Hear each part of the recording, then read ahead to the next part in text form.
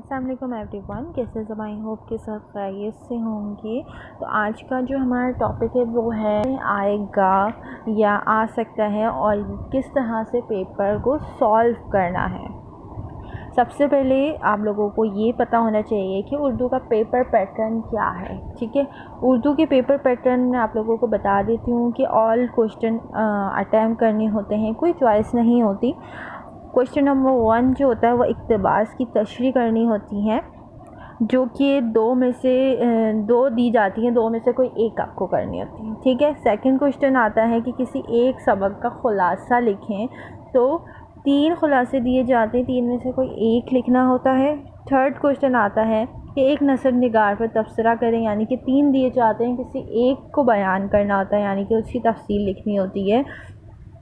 फिर question number 4 आता है अशार की तशरीह का, यानी कि 6 अशार दिए जाते हैं जो कि गज़ल हैं आपकी बुक्स में, उनमें से 6 आप लोगों को दिए जाते हैं, कभी 7 होते हैं, उनमें से आपको 3 करने होते हैं। ठीक है, या आपके ऊपर चॉइस होती है। अभी तो ये अशार की तशरीह तो करनी ही करनी होती है, लेकिन क्वेश्चन नंबर 5 में आपके पास चॉइस होती है, या कभी होता है कि क्वेश्चन नंबर 6 में आपके पास चॉइस होती है कि पहले तो हम किसी एक शायर पर तबसरा करना है, यानी कि शायर कलाम पर जो तबसरा करना है, जिसकी डिटेल वगैरह लिखनी है, वो भी 3 दी जाती है, उनमें से एक लिखना होता है। लेकिन चॉइस कभी कभार आती है कि नस्म पर जो ख़ुलासा आप लोग लिखते हैं उसमें, या फिर आप बंद कर सकते हैं। ठीक है, इससे आप लोगों की चॉइस होती है। फिर क्वेश्चन नंबर 7 या 6 होता है कि आपको मज़मून लिखना होता है किसी भी एक पर, वो भी 3 दिए जाते हैं, उनमें से एक पर मज़मून लिखते हैं। ठीक है, अब हम आते हैं, हम बात करते हैं अब सबसे पहले क्वेश्चन की इक़्तिबास की, कि इक़्तिबास को किस तरह से सॉल्व करते हैं, किस तरह से लिखना होता है। उसमें लिखा होता है क्वेश्चन में कि आप इस हवाले को मैं आप लोगों को दिखाती हूँ कि आपसे पेपर्स में किस तरह से पूछा जाता है। यही कि इक़्तिबास की तशरीह को सियाक़ व सबाक़, यानी कि हवाले सबक और सियाक़ व सबाक़ के साथ लिखें। तो हवाले और इक़्तिबास के साथ लिखना होता है। हवाले जब पूछा जाता है तो हवाला सबक और हवाला मुसन्निफ़ दोनों का आपको लिखना होता है।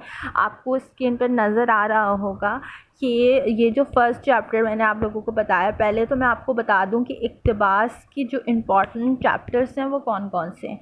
इक़्तिबास के जो इम्पॉर्टेंट चैप्टर हैं, एक है सैर दूसरे दरवेश की, बंदर की तकरीर दिल खराश, कौमी तालीम, कौमी हमदर्दी, बाहिमी इत्तिफ़ाक़। 4th चैप्टर है कौमी इज़्ज़त। 5th चैप्टर है ख़ुतूत गालिब। ठीक है, तो ये थे आपके क्या हैं, इक़्तिबास। ठीक है, तो हमने किस तरह से करना है कि पहले आपने हवाले सबक और हवाले मुसन्निफ़ लिखना है। ठीक है, उसके बाद आपने सियाक़ व सबाक़ लिखना है। ठीक है, अभी मैं आपको ये पीडीएफ जो सेंड किया है, ये मैंने पीडीएफ आज ही व्हाट्सएप ग्रुप में सेंड किया, अगर किसी को चाहिए हो तो मुझसे ले ले। ठीक है, मैं आपको दिखाती हूँ। ये रहा,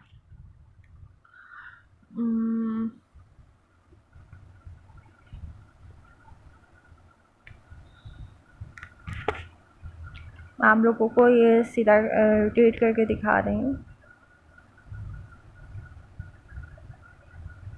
कि हवाले सबक और हवाले मुसन्निफ़ आप एक साथ भी लिख सकते हैं, और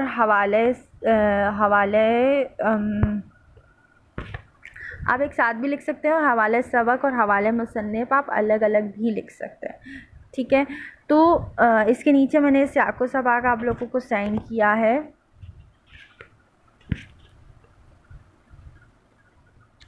ठीक है, तो सियाक़ व सबाक़ आप लोगों को यही लिखना है जो मैंने आप लोग को साइन किया है। जस्ट आपने जितने भी सैर दूसरे दरवेश की के पैराग्राफ्स आएंगे, इक़्तिबास आएगा, उसमें से आपने हवाले सबक, हवाले मुसन्निफ़ और सियाक़ व सबाक़ सेम लिखना है। ठीक है, जस्ट तशरीह आप लोगों की चेंज होगी। तशरीह हमने की। अगर ये पीडीएफ अगर व्हाट्सएप पे आप लोगों को चाहिए आप ले लीजिएगा, क्योंकि इसमें हर इक़्तिबास की अल्फाज और मायने भी दिए गए हैं, क्योंकि काफ़ी लोगों को मुश्किल हो रही होती है कि वर्ड समझ नहीं आ रहे होते, तो उनके लिए ज़्यादा इजी है कि वो फिर आराम से बता सकते हैं। ठीक है, अब हम बात करते हैं कि सॉल्व किस तरह से करना है, कितनी हेडिंग्स है। आपने क्या करना है, सबसे पहले हवाले सबक लिखना है, हवाला मुसन्निफ़, सियाक़ो सबाक़ और फिर तशरीह, यानी कि 4 हेडिंग्स हो जाएंगी। अगर आप जो हैं हवाले सबक और हवाले मुसन्निफ़ एक साथ लिखते हैं तो हवाले मुसन्निफ़ व सबक लिखना है, उसके बाद सियाक़ो सबाक़, उसके बाद तशरीह, ये 3 हेडिंग्स हो जाएंगी। अगर आप अलग अलग लिखना चाहें आप अलग अलग भी लिख सकते हैं, ऑप्शंस हैं कि आप सब हवाले सबक और हवाले मुसन्निफ़ अलग लिखना चाहें एक साथ लिखना चाहें। ठीक है, तो आपको समझ आ गया कि सियाक़ो सबाक़ और तशरीह किस तरह से ये सॉल्व होगा, ये हो गया। अब हम आते हैं नसर निगार। अब नसर निगार आपको पता है, जैसे कि मीर अमन देहलवी का ही हम निकाल लेते हैं कि मीर अमन देहलवी के हवाले से आपको क्या क्या बातें लिखनी होती हैं। पहले तो हालात ज़िंदगी आ गया, फिर इनकी खुसूसियात आती हैं। ठीक है, अब इनके अंदर हेडिंग्स होती हैं, आप 10 लिखें या 12 लिखें। ठीक है,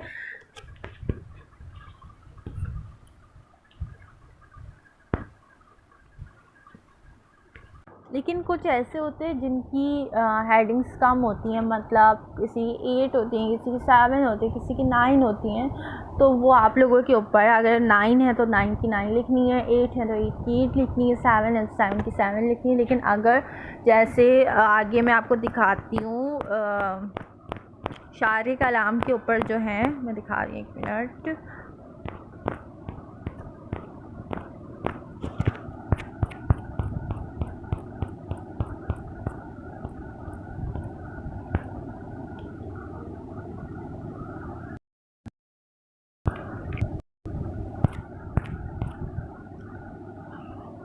जो शायर कलाम पर तबसरा है उसके अंदर मुश्किल, काफ़ी लोगों को, स्टूडेंट को मुश्किल हो रही थी कि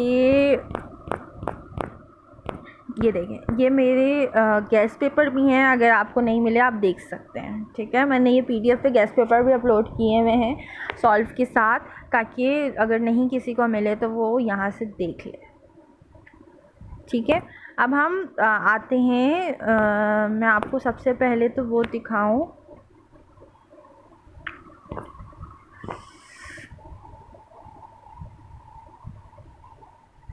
ये शायरी कलाम पे जो तबसरा है वो किस तरह से करेंगे। इसको मैं रोटेट कर लूँ पहले।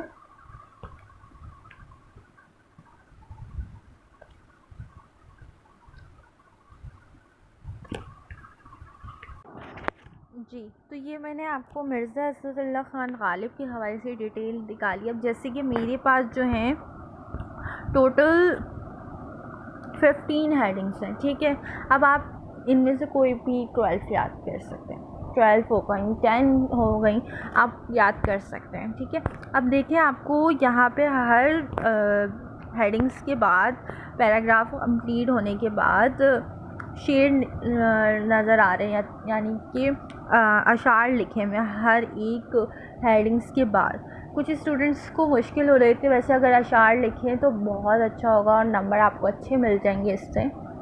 कुछ स्टूडेंट को याद नहीं हो रहे, तो आप लोग जैसे कि 10 हैं, आप हेडिंग्स कर रहे हैं, तो एटलीस्ट 5 अशार तो लास्ट में आते होंगे, क्योंकि उसी के नंबर है। क्योंकि आपको शायर कलाम पर तबसरा करना है, तो आप उस पर शेर जब तक नहीं लिखेंगे, अशार नहीं लिखेंगे, तो जब तक आपको नंबर नहीं मिल सकते। तो इसलिए ये मैंने वीडियो भी इस तरह से इसलिए ही बनाई है, ताकि मैं आपको बता सकूं कि क्या चीज़ किस तरह से लिखनी है। ठीक है, अब हम आते हैं बात खुलासे के ऊपर।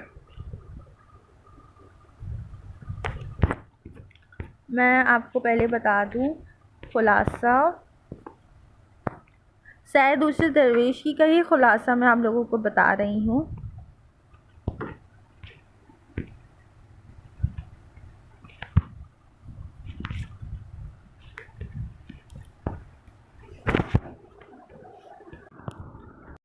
अब आप स्क्रीन पे देख सकते हैं नीचे की जगह के हवाले सैयद दूसरे दरवेश का हवाला लिखना है। ठीक है, इसमें आपसे ये नहीं पूछा जा रहा कि हवाले सबक लिखें, हवाले मुसन्निफ़ लिखें, आपको जस्ट बोला गया है कि खुलासा लिखें। लेकिन अगर आप चाहें, या आपके लिए तो ये अच्छा होगा कि अगर आप हवाले मुसन्निफ़ भी लिखें, मतलब हवाले मुसन्निफ़ भी थोड़ा सा याद कर लें 3 से 4 लाइनों का, वो उसकी हेडिंग डाल के पहले उसके बारे में 3 से 4 लाइनें मुसन्निफ़ के हवाले से लिख कर फिर आप खुलासा की हेडिंग डाल के फिर आप सबक का खुलासा करें। ठीक है, तो ज़्यादा वो देखते हैं तो अच्छे मार्क्स मिलते हैं इस हिसाब से। बाकी आप चाहें तो डायरेक्ट आप खुलासा भी लिख सकते हैं। खुलासे में कोई भी हेडिंग्स नहीं है, डायरेक्ट वो पैराग्राफ्स में ही आप लोगों को लिखना है। जैसे आपको पता है स्टोरी, आपको पता तो होगा कि खुलासा किस तरह से लिखते हैं, आप स्कूल टाइम से लिखते हुए आ रहे हैं तो उसी तरह लिखना है। जस्ट मैंने आपको अभी बताया कि आप चाहें तो हवाला मुसन्निफ़ अगर लिख लें हेडिंग डाल के और उसके बारे में थोड़ा सा लिख दें तो ज़्यादा अच्छा होगा। ठीक है, अब हम आते हैं, काफ़ी स्टूडेंट्स का है कि अब यहाँ पे स्क्रीन पे आपको जैसे कि हस्पानिया है, उसके हवाले से मैंने आपको खुलासा सेंड किया। खुलासा है मरकज़ी ख़्याल, जो भी आए आपको वही लिखना है। आपकी बुक में मरकज़ी ख़्याल लिखा हुआ है तो आपने वही लिखना है, बेशक उसमें क्वेश्चन में खुलासा पूछा जाए या मरकज़ी ख़्याल। ठीक है, लिखने का पैटर्न क्या है, तारुफ़ नज़म। ठीक है, नज़म के बारे में थोड़ा सा बताना है कि इस नज़म में क्या है। उसके बाद तारुफ़ शायर, शायर के हवाले से आपको थोड़ी सी डिटेल लिखनी है। उसके बाद आपने मरकज़ी ख़्याल की हेडिंग डालनी है, उसके बाद उसका मरकज़ी ख़्याल लिखते हैं। ठीक है, आपको स्क्रीन पर नज़र आ, ये तबसरा की जो हेडिंग है वो आपके ऊपर है कि आप लिखना चाहें ना लिखें, लेकिन जो प्रॉपर लिखने का पैटर्न है मरकज़ी ख़्याल का ग्रेजुएट लेवल में, तो वो इस तरह से लिखते हैं कि नज़म, तारुफ़ नज़म, फिर तारुफ़ शायर, मरकज़ी ख़्याल एंड मरकज़ी ख़्याल कंप्लीट होने के बाद तबसरा।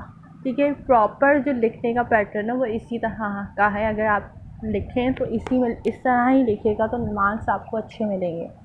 ठीक है, ये छोटी छोटी बातें होती हैं जो कि आप लोगों को पेपर में बताने वाली होती हैं, जिनकी वजह से मार्क्स कम आते हैं। फिर बाद में स्टूडेंट्स कहते हैं कि मिस हमने पेपर तो पूरा किया था, हमारे मार्क्स ऐसे क्यों आए हैं हमारे, और कुछ के पेपर्स रुक जाते हैं मार्क्स कम आने की वजह से।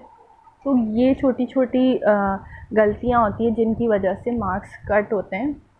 जब ये मैंने प्रॉपर वीडियो बनाई है और उसमें एक एक चीज़ बताई है कि किस तरह से आप लोगों को पेपर सॉल्व